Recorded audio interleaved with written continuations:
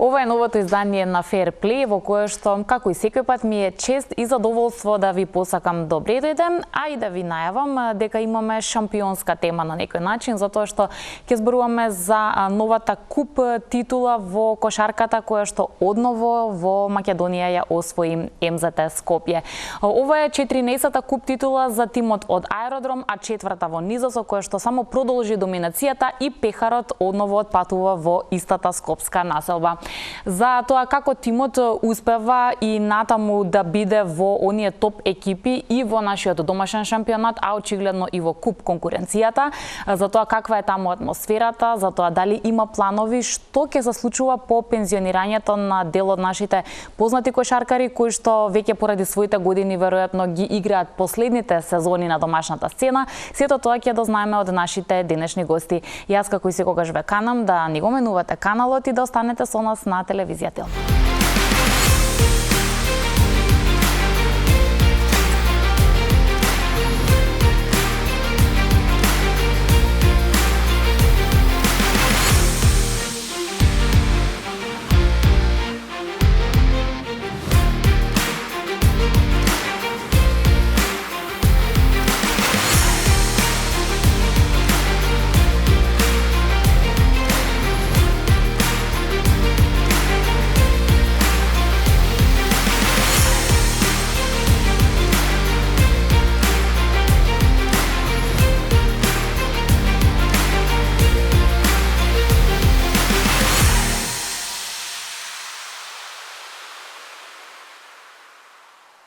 Добро е расположението и сигурно и убаво чувството кога имаш да броиш титули и трофеи, а тоа некако лесно им оди барем во последните низа години на кошаркарите и стручниот штаб на МЗТ Скопје. Веќе најавив дека куп титулата одново си отпатува, односно си остана на едно исто место, така што редно е и да честитаме, но и да дознаеме малку повеќе за тоа како во Аеродром секојдневно се одвива тренинзите, работата и како тоа со леснотија барем од страна изгледа дека се доаѓа до титулите во Македонија. Чест ми и задоволство да им посакам добри дојде денеска на моите гости. Со нас се тренерот на МЗТ Скопје, Васко Атанасов. Здраво. Добро, најдов ви благодарам. И ова го прочитав на интернет од фановите. Голема надеж и важен играч за МЗТ Скопје веќе, Марин Петков. Добре дојде прв пат во Fair Play. Добро, најдов. Тоа точно е така, ги прифаќаш тие зборови. Ова беше навистина коментар што го прочитав од фанови, со суперлативи дека те сакаат, те почитуваат и им значи тоа што го правиш на паркетот. Па да, вистина, искрено ја ги читам коментарите. И баш ме мило кога ќе ги прочитам тие позитивните коментари. Да, важно е да има поддршка. Пред малку спомнавме пред да се вклучат камери, веќе се навикна сосема на предпоставам на целата таа атмосфера, ги знаеш и тоа што им се болните страни на навивачиве и на животот во Аеродром, да. На животот во Аеродром. Да, животот во Аеродром, да, тоа е една специфична средина каде што МЗТ е број 1 према за сите луѓе кои што живеат таму. И јас како некој кој не е од таму си го прифатив тоа и веќе се сметам као аеродромец, да кажем. Да. Па да, мислам, јасна ни е и целта, јасна ни е и работава која треба да ја пружиме и на кој начин би се одолжили према луѓето кои се наши фанови. Реков дека лесно е да се бројат титулите, вака од страна некако стана навика, посебно за навивачите на МЗТ, дека се знае каде одат титулите, ама не е тоа баш така, затоа што верувам за вас е притисок од друга страна. Ако се случи нешто нели да ја прекина таа низа, нема баш да биде убаво. Како со целата таа позиција? Секогаш е полесно да освоите прв пат него ли да го задржите било кој трофеј.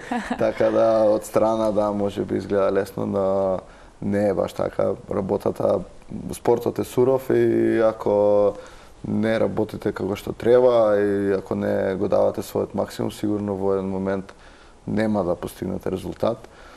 Така да мислам дека кај нас е спротивен случај, мислам дека моите соработници, моите играчи даваат максимум во последните 3 години, затоа сите трофеи до сега остануваат во Аеродром. Да, ќе видиме како ќе биде, но додека е вака, верувам за вас е добро. Ајде сега малку за атмосферата ова година во таа финална битка, нели, за куп трофејот. Посебно после корона, некако публиката многу помалку ја гледаме на трибините во сите спортови, не само во кошарката, а на играчите им значи кога има добра атмосфера. Прво, какви беа надпреварите во Куманово? Многу е поразлично кога има надпревар со публика и надпревар без публика. Пример, ако се осеќаш некогаш уморен, дали може да е тешки, дали кога сега на купот ќе споите две утакмици, третата уморни. Да.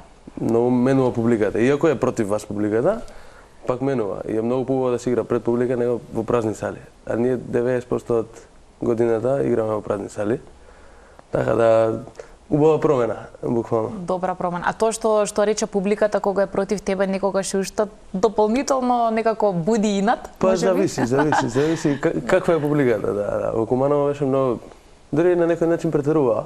Претерува? Да, ама беше интересна атмосфера, да. Уживав, буквално пред надпреварот си викав денеска ќе уживам во играње. Знаев дека ќе биде преполна сала, дури беше, не знам, дали капацитетот е 4500, ама примали без карти, беше многу добро, значи салата полна. Се навиваат против вас, ама и тоа е некогаш прифатливо. Сепак е полно, сепак е гласно, е поинако отколку кога е штама, нели? Па слушаш само топка и шкрипкање на патики. А тоа со картите, тоа ме потсетило на некои стари времења кога буквално речиси на сите надпревари беше така да има луѓе на скалите да биде и повеќе од полн капацитет. Ај сега да ми кажете малку низ ваша гледна точка, да речеме што сезонава можеби е најразлично во поглед на вашиот тим и атмосферата на функционирање споредбено со минатите години. Секако составот си го прави своето, ама има ли некои драстични разлики или некако? Па имавме, за разлика од претходните години, имавме некои промени пред се во играчкиот состав од тој дел странци, домашните играчи успеавме да ги задржиме. Јадрото на тимот кај нас секогаш, мислам, до сега останувал и тоа е јасно, надградувајќи го тој домашен играчки кадар. Но за разлика од претходната сезона и сезоната пред неа имавме доста промени, ете да кажеме кај странскиви играчи, и малце ни требаше некое време да се тоа изгледа како што треба и се уште мислам дека не сме на некој максимум, на некој 100% од тоа што таа екипа моментално може да пружи на терен. Има нешто што знам дека тоа се можеби условно тајните на тренерот, ама има ли нешто, да речеме, играчно одредена позиција која што уште сметаш дека ви недостасува некаков профил, или па нешто конкретно во играта што најмногу те мачи? Па не. Дека не е добро? Мислам дека не недостасува некој играч конкретно, него кај нас работата на тренерот е да ги направи тие играчи кои ги има моментално подобри и подобри. И мојата работа е да они бидат подобри на крај на сезона него ли на почеток. Тоа значи дека јас сум си го изработил како што треба, така да никогаш не гледам низ призмата на тоа да ни треба некој играч плюс, него да ги тие што ги имаме да ги унапредиме и да бидат подобри во функција на тимот. Да.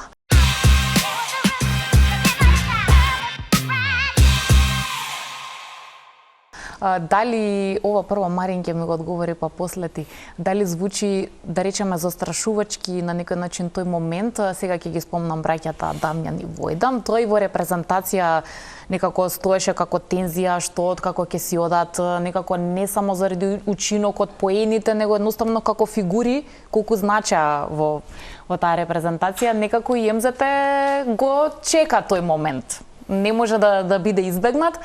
Го коментирате често, стои тоа како некаква болка или сега во моментов не се размислува? Па меѓу нас играчите не го коментираме скоројчо, буквално. Знам дека навивачите највеќе се грижат за тоа. Секако? Да, баш бевме на прослава со навивачите и они главна тема на разговори ми е што ќе се случи кога ќе престанат да играат Дамјан и Војдан. Да. Така да можеме да кажеме они највише се грижат за тоа. Ама во тимот? Сега за сега нема? Да, не толку. Поише се фокусираме на сезоната, ама секој тоа ќе ви го каже, кога оваа сезона кога ќе заврши, после таа ќе размислуваме за друго. Тогаш ќе видиме што ќе биде. Ќе недостасуваат многу. Па нели, да бидеме искрени, секој и на секоја позиција, мојата, вашата и во било која професија е заменлив од една страна, но од друга страна не е буквално така. Некои квалитети кај играчите не може да се заменат, посебно кај играчи од калибра кои што се они. Но за мене, бидејќи мене ми е веќе трета самостојна сезона као прв тренер на МЗТ, најголемиот успех ми е тоа дека они успеваат преку нивното искуство и нивниот пример на терен и вон терен да влијат доста према помладите како што е Марин и да ги градат во играчите кои би ги во одреден момент замениле нив. Така да не можеме да збориме што би било кога би било. Се надевам ја дека они ќе играат се додека јас сум тренер на МЗТ, така да. Значи нема одење во пензија, така добро. Да, тоа е некоја моја желба, но во исто време нивниот придонес моментален и нема да се мери кога они ќе престанат да играат, него ќе се мери многу години отпосле преку примерот и преку тоа што го дале према помладиве кои се моментално со нив и мислам дека имаат среќа, имаат привилегија да овде, да, мислам дека да се биде со нив одреден период во кариерата и да ги гледате нив двајца, тука и Бојан Крстевски, да не го забораваме него како тројца лидери. Како тројца лидери кои на терен и вон терен дават максимум за тимот и во добро и во лошо е една голема чест и еден голем бенефит. Во секој случај, Марин е меѓу оние кои што допрва треба уште поинтензивно неговото име и презиме да ги слушаме кога го прашање македонската кошарка и репрезентативна и клубска. Сега морам малку наназад да вратам, особено за оние кои што можеби не те знаат толку добро. Зошто кошарка од сите спортови? Имаше некои посебни предиспозиции уште како дете или само лична желба? Беше повеќе желбата на мајка ми, искрено. На мајка? Бев фудбалер, да, бев фудбалер кога мал. Беше фудбалер? Да, играв во Металург, мислам 2-3 години, така нешто. Добро. И главна причина беше ладното. Да, мама се секира дека ќе ти студи. Да, не може да идеш на тренинг, запиши се на некој друг спорт, нешто сала. Добро. И така се префрлив на кошарка, мислам 6 делени или така нешто беше. Ама мајка ми не знаела дека и салите ќе бидат ладни во Македонија, така да не го предвидела тој момент. Да. И тоа беше главната причина. Каде стартуваше таа приказка? Каде почна да тренираш? Мислам дека во јуниор стартов. Добро. Тако главниот старт. Сум тренирал сигурно во прво деление негде, да, иначе прв контакт посериозен со процесна. Беше во јуниор. Потоа кога згасна клубот се префрли во Вардар бев 3 до 4 години. Во прва лига првпат заигра во Феникс бев 2 години и после тоа се префрли во МЗТ, да. МЗТ Скопје. Веќе ова ми е трета година. Да, ама имаш и убав договор според тоа што го прочитав до 2027. Уште оваа и следната година, да. Добро, што е една убав знак на доверба, тоа звучи супер. Доаѓањето во аеродром, да речеме на паркет во аеродром, зборувам тоа. Дали е лесно, тешко да те прифатат кога доаѓаш како нов играч во МЗТ Скопје? На почеток не беше ни лесно ни тешко. Играчите беа многу добри. Кој што кажа тренерот Војдан Дамјан Боки беа од огромна поддршка. Цело време те поддржуваат дали надвор, дали внатре на теренот. Така да тоа не ми беше толку тешко. Малку ми беше тешко да се навикнам со притисокот пред на победувањето, нели секој направи идеш да победиш. Да, и сега ја дојдов као 19 години. И на 19 години е малце потешко да се справиш со притисокот, ама сега после 3 години ми е скоро и сум навикнат на Веќе е полесно. Скоро сум навикнат на се. Васко, имаш точна бројка колку титули веќе имаш ти со МЗТ, затоа што претходно беше дел од стручен штаб, така? Да. Пред да бидеш главен тренер. Пред да бидам главен тренер, искрено не, вкупно не знам, ги бројам само од кога сум главен тренер, тоа се 9. 9 вкупно? 9 вкупно, да. И не се воопшто малку. Не се. Да. Ме инспирира, Марин, да објасниме како интернационалците што доаѓаат во македонските клубови се вклопуваат со, така ќе се изразам, нашите деца, затоа што веројатно во главата на нашите деца е малку по-кристално јасна таа слика за колку е важно во аеродром да се донесат пехарите и титулите. А кога некој ќе дојде од страна, нели секако ова не е негово мало, ова не е негов град и поинаку ја доживува приказната. Како ги спојувате тие енергии?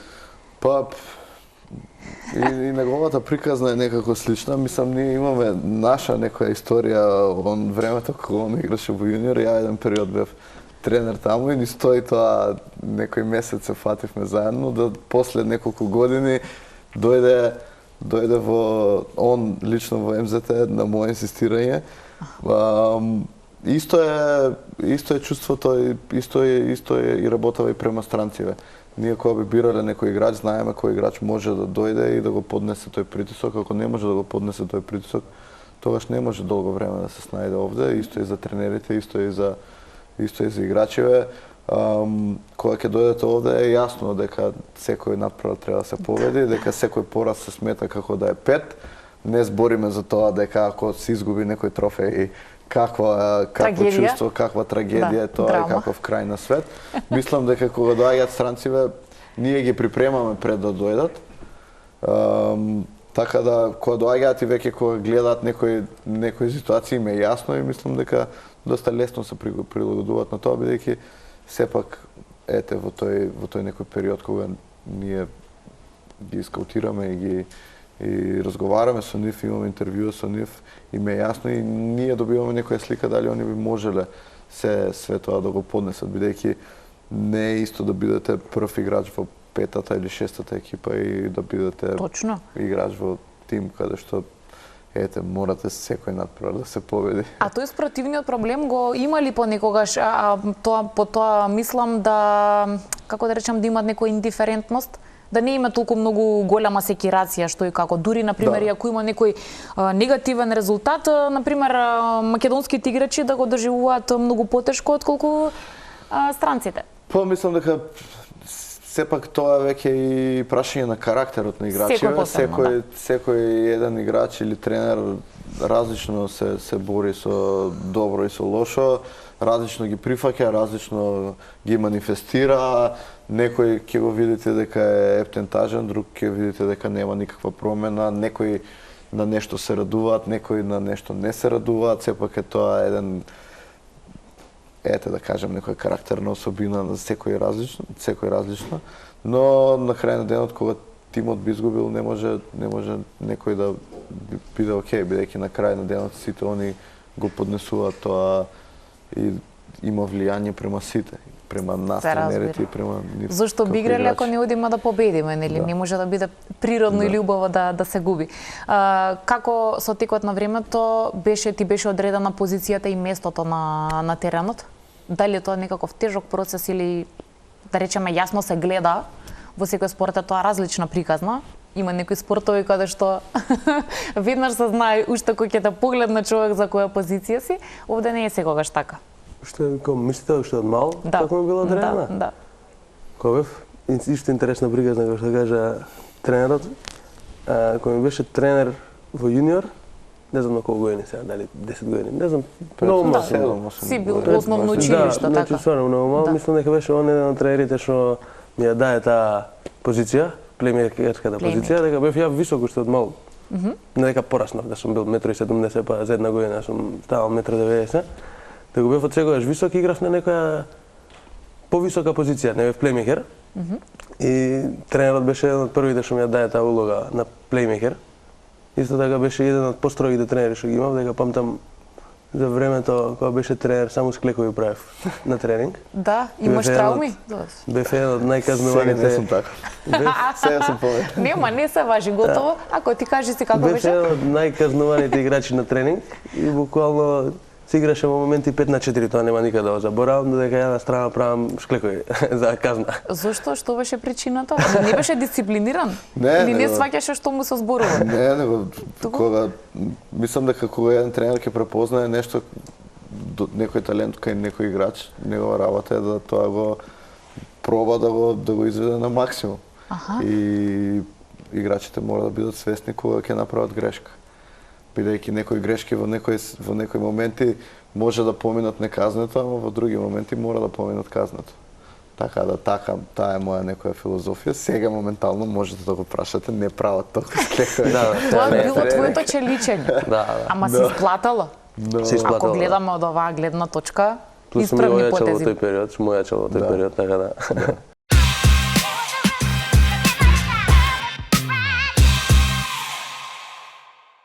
Сега верувам дека не правиш така, меѓутоа, на пример, шала на страна, верувам дека е многу потешко кога веќе со зрели играчи, со искусни играчи треба да човек да излезе на крај, затоа што исто така верувам дека и тие искусните и тие кои што најмногу придонесуваат понекогаш немаат свој ден. Понекогаш знаат да не бидат расположени, понекогаш знаат да не го слушаат тренерот. Да. Како тогаш со тие, да речеме, его состави се снаоѓате? Верувам дека не е лесно да одиш сега, например, на тренинги на Дамјан, тоа е малтене невозможно познавајќи го, ама, еве да замислиме ситуација, да треба да се скарате и условно да добие казна некаква. Па сме се скарали и со него и со воедно сме имале ситуации, но како да ви кажам, во денешно време од аспект на тренерската работа, мислам дека тренерот пред се треба да биде менаџер. Тоа не значи дека треба вие да не знам што правите, но да ги менаџирате играчите во смисол карактерно. Сега они се 12, секој еден од нив е различен и знаете кој на што реагира, кој на што не реагира. Треба да знаете во кој момент некој треба да се казни, во кој момент некој не треба да се казни, во кој момент нешто треба да се каже, во кој момент нешто не треба да се каже. Тоа се све ситуации кога вие веќе ја имате екипата, ги знаете играчите, е моментална одлука некоја, ете да кажеме, тренерска, која со некој имате еден однос, со друг имате друг однос, не се они сите исти, не се они сите на исто ниво, имаат различни улоги, тоа е јасно во спортот, но како луѓе треба да бидат третирани исти, но како играчи не. Како играчи треба да бидат третирани различно. И тоа е една од поголемите грешки на тренерите е да ги третираат сите исто. Според мене, тоа е моја некоја размислување, бидејќи не се сите исти. Тоа е навреда према нив. Убаво кажано буквално дека е навреда према нив, ќе можам да се согласам. Марин, сам ако треба да си кажеш кои ти се најсилни оружја на паркетот, а каде, во кои делови најслабо ти оди, можеш тоа да го опишеш? Во кошарката? Да. Па, тешко ми е тоа искрено да го опишам. Дека се осеќам дека немам некој слабост, да. Немам некој тоа колку и да звучи малце егоистично, ама не се гледам дека имам некои слабости. А најсилно оружје може годинава да ми е шутот. Верам ја така се осеќам, да. Добри реализации имаш? Да. Процент? Да. Мислам дека да. Немам проверено точно, би требало да имам добри реализации. Одбраната мислам дека ми е добра, треба и тренерот тоа да каже. Иако многу пати ме критикува на одбраната. Мора да има критикување. И тоа би рекол, шутот и одбраната ми сега на некој начин е од подобрите карактеристики сезонава. Пронедов таму една снимка, овој надпревар искрена ќе бидам, не е дека сум го гледала, во АБА 2 против Војводина. Си влегол лептен во ритам многу добар и има таму ќе ги погледнат и гледачите тие некои моменти кои што буквално не промашуваш. Да, има добри моменти со Војводина. Тоа е, како да речам, тоа се посебни денови кога човек е едноставно расположен и нештата одат со леснотија или не се тоа посебни денови, тоа се должи на друго нешто? Па не знам, мислам дека се должи на друго нешто. Едино би кажал посебни денови се деновите кога што ги играш лошо, кога што би играл ја лошо, тоа го гледам како посебен ден. А деновите кога што играм добро, мислам дека се должат на тренингот, на тоа. Треба да бидат вообичаени? Да, вообичаени, да, нормално. Секој тоа би го кажал. Тоа што го кажа со шутот дека добро ти оди реализацијата, тоа исто ме интересира дали се должи на плюс тренирање, има тоа такви некои да ги наречам крвнички шутираш до besкрај или не? Тоа зависи кога ги прашате. Некои играчи веруваат дека е. Па тоа да еве јас тебе те прашам што веруваш. Ја мислам дека е само довербата. Тоа е главно. Кога само довербата е, можам да кажам за се главно тоа како изгледаш на терен, каква ти е реализацијата. Па добро, само довербата доаѓа веројатно до друго што го кажа. Па може ако почесто шутираш, поголема самодоверба или не мора да значи? Зависи. Треба да шутираш почесто. Ама не значи, некогаш пример кога сум шутирал ја ќе останам после тренинг да шутирам, не знам, да кажеме 200 шута или нешто такво, не значи дека ќе се осеќам добро на такмица. Така да не ми е баш мене така, не идат едно со друго кај мене, повеќе шутирање самодовербата. Самодовербата најчесто ми доаѓа само од себе. Така да не ја поврзувам со нешто што го правам на теренот. Не мора да се поврза со тоа дека си останувал на сите тренинзи и дополнително тоа стрикно си го вежбал. Тренерот што ќе каже на ова?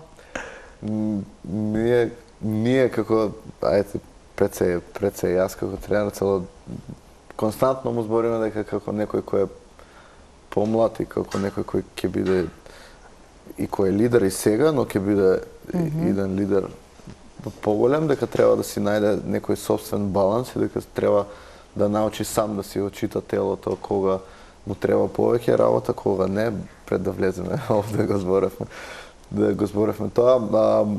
Мислам дека да, напорната работа и установањето после тренинзи се он е скромен, никогаш секогаш останува сам после тренинг и тренира и работи многу повеќе од сите останати во тимот.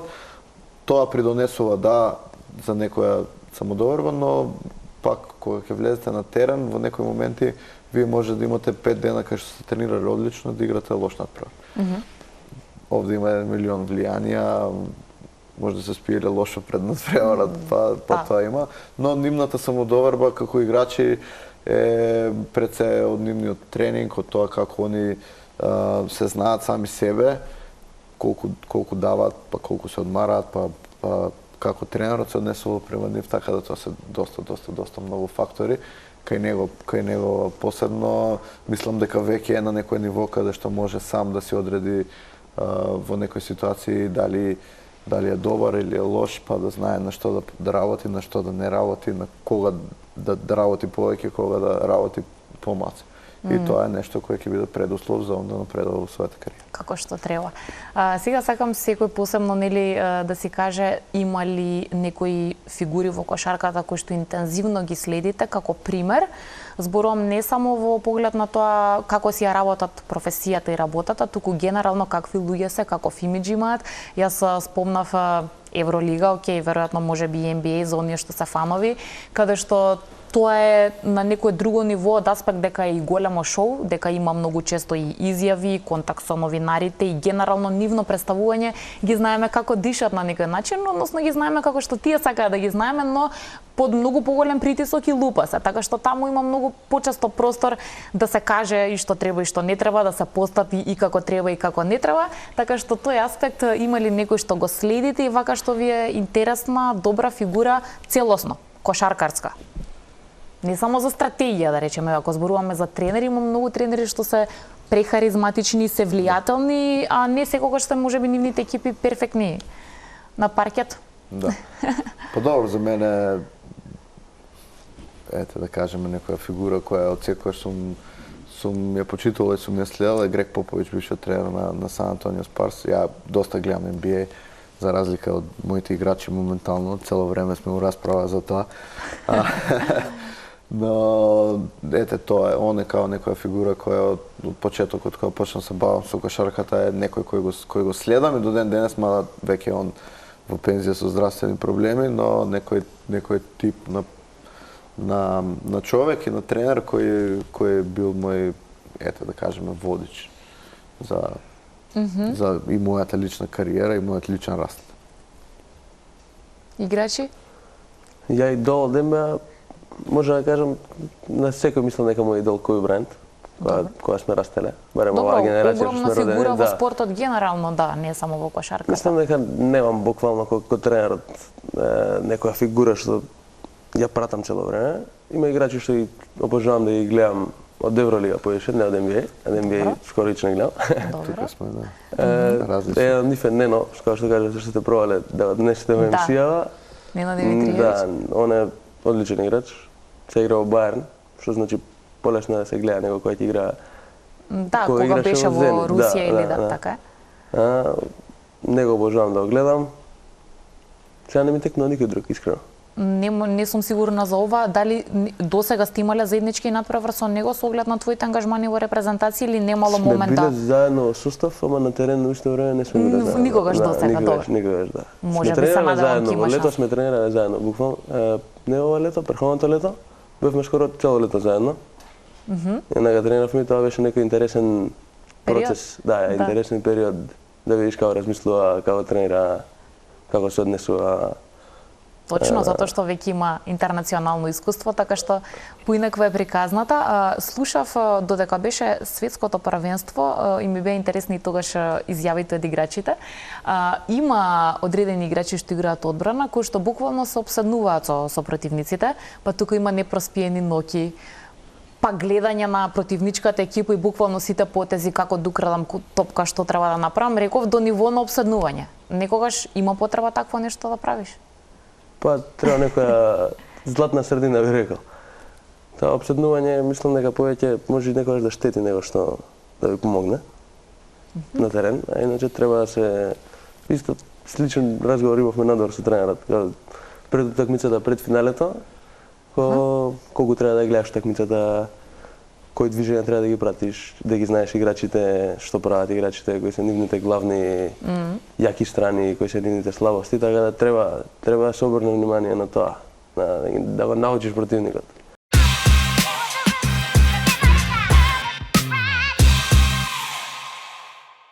Во секој случај, иако ова финале и самиот финален резултат кажа дека не понуди некој таков тип на неизвестност, да речеме, но сега ќе прашам за домашниот шампионат. Директно прашање. ТФТ или Пелистер мислите дека ќе предизвикаат поголеми проблеми до крај? Па, ова сезона е лигата доста интересна, има доста израмнети тимови. Ќе видим, мислам дека ќе биде некој период кога екипи ќе бидат во некоја форма, во некој ќе биде во подобар дел на форма, некој не.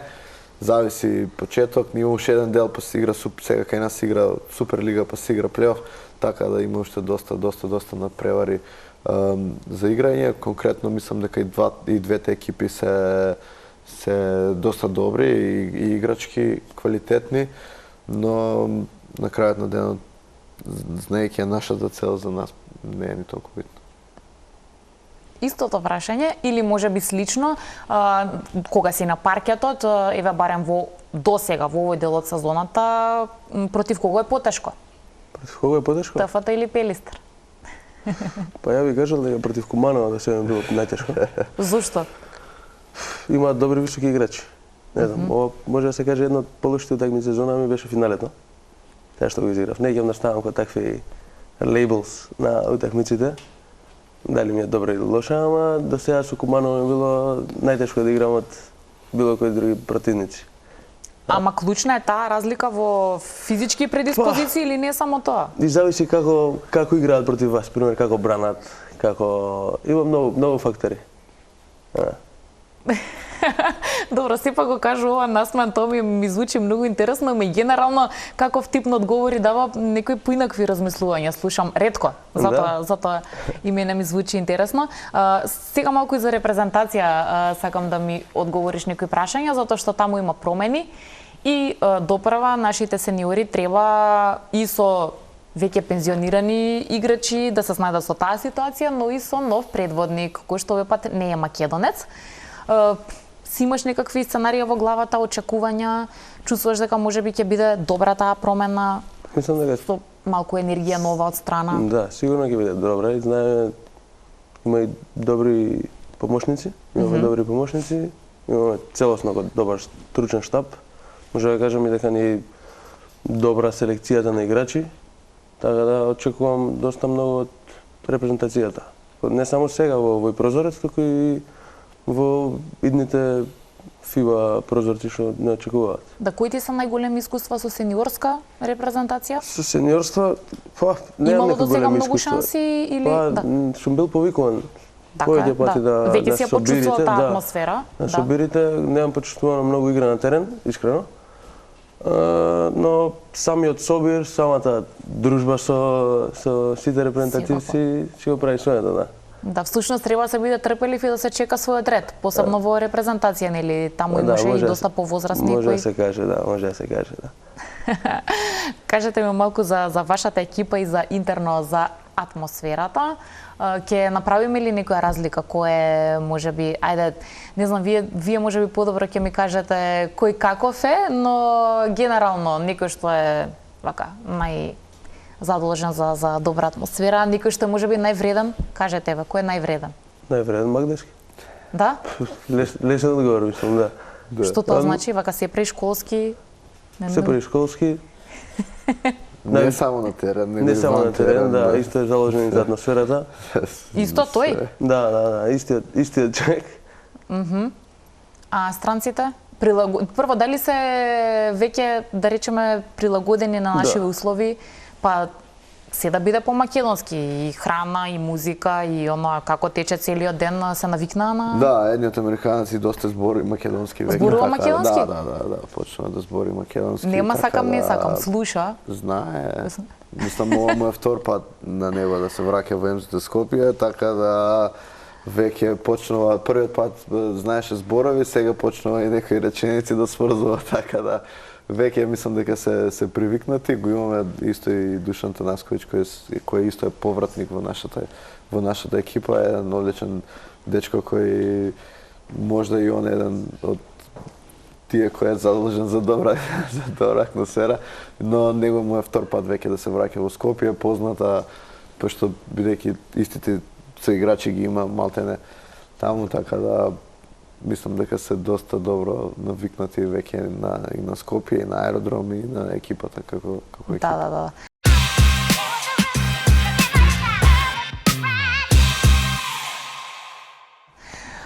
Добро, рековме дека МЗТ никогаш не би можел да е тоа што е без своите навивачи. Сакам да прокоментирам уште една работа која што видов дека на некој начин вирално стана по социјалните медиуми, а тоа е дека вашиот пехар отпатува кај еден човек кој што искрено и долго време го почитува клубот. Ај, раскажете ми малку повеќе за таа приказна. Како прво беше донесена таа одлука? Има некој човек чија што идеја беше тоа клучна или? Не знам чија идеја беше искрено. Ние дознавме пред полуфиналниот надпревар во купот дека има здравствени проблеми. Испадна дека самата операција негова била за време на полуфиналниот надпревар и се сеќам кога отидовме во посета, неговата сопруга ни рече првото нешто што беше кога се разбуди од анестезија беше што направи МЗТ. И за нас беше еден посебен момент да му пружиме таква подршка, бидејќи со години он им пружил подршка на сите тренери и играчи, и тие што биле пред мене и сега од трибини, така да тоа беше еден наш гест за да пробаме некако да му се одолжим. Да, и верувам дека биле посебни емоциите. Не сум сигурна ќе видиме на видеото кој се беше таму присутен, но како и да е, дали многу често го слушаш тој муабет, дај ми дрес, кога ќе добијам дрес, има ли дрес, да? Скоро секој такмица, да. Но не можеме да даваме дресови, дека имаме само 4? Само 4? Да. 4 дреса, така да кога дајме дресот, нема можеш што да играме. Знам, јасно ми е тоа. И на крај на сезона е баш интересен делот да си ги задржиш дресовите. Интересна приказна влани. Отидов еден ден покасно, ушал да си го земам дресот. И остана само еден за мене. Усвари не, ни еден. Ни еден не остана. Да, 4. Да, 4 и еден, па после некако си го враќав дресот, беше некоја интересна приказна, така да цело време бара дресови. Што е доста значени играчи. Чим бара некој дрес од тебе, значи те обожава. Добар, вреди дресот, значи така, не е... Така да, ако мислам дека имало да се продава дресови, би купувале, па може да кажам пола аеродром би купил дрес. Ама купениот и тој... Да, не е исто. Во секој случај не е исто, но без разлика на ова што го рече, сепак во аеродром тоа е сино бело. Јас ги гледам кога ќе отидам дека се по такви мајчки, ако не дресови, сите имаат нешто што е поврзано со клубот и така. Тоа е малска униформа, да речем. Али како и да е симпатично. Добро, доаѓаме до крај, така што само ми останува да посакам убави нешта. Темпото си го имате такво какви што е, но ја поздравувам цела екипа и се надевам дека до крај на сезона ќе успеете да си ги исполните сите тие цели што сте ги зацртале, нели?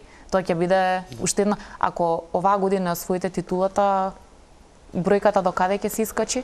Не ги знам и јас на памет точно, ама во низа ќе биде? Во низа 6. 6 во низа? Мислам дека 6 во низа, да. Не ме фаќате за збор. Да, добро. Но четврта сигурно, бидејќи ќе биде моја, мислам дека 6 за ред, да. Бројката ќе се искачи на 13 вкупно. Вкупно 13. Предпоставувам дека во твојата глава не е опција да нема титула, така? Не е опција да нема? Да. Не. Нема шанса такво нешто. Добро. И уште за тие кои што го сакаат МЗ, има ли некое место кај што најчесто одите? Има негде кај што, не знам, се дружите, пиете кафе, излегувате, кај може човек да ве види? Тешко прашање. Тешко прашање, да. Па зошто? До сега ќе кажев сите лесни прашања ги добив ја. Добро. Тешко прашање, не знам, не ви одвил некое место. Нема? Нема некое конкретно место. Да. Сигурно може да ме видат до сала, пример. Дека секој ден одиме. Тоа секако не, прашањето ми беше дека дали имате нешто што онака ви е место кај што сакате да си пиете кафе, да седите, се дружите тимски или тоа нема? Немаме некоја таква. Зависи од денот. Да, зависи од денот баш. Добро. Ми дадоа знак само една работа зашто зборам за среќа и за титули, да ви дадам нешто да видиме дали ќе имате среќа. Ова е поклонче. Значи вие ќе гребете секој, ако нешто добиете ќе ни пријавите. Ова се нашите пријатели од Државна лотарија, така што ќе видиме како и да е. Уште еднаш ви посакувам добро здравје и среќа во се што имате да направите до крај на сезона и ако има титула, само ова да кажам. Значи лани тоа беше буквално за 5 минути славје и разбегување на одмор. Прифаќам тоа. Го знам темпото на спортистите, али годинава мора да ветите. Ако има пехар, ќе треба со пехарот да гледате. Ветуваме пред сите, да. Ви благодарам многу, ви посакувам се најдобро и се гледаме пак во следна прилика. Нашата денешна тема беше куп титулата која што одново ја освои тимот на МЗТ Скопје. Ќе биде интересна нашата кошаркарска сезона до крај, така што за оние што го сакаат овој спорт, верувам дека ќе следат што се ќе се случува. Следете и Ферплей на Телма, се гледаме следната недела во исто време. Довидуваме.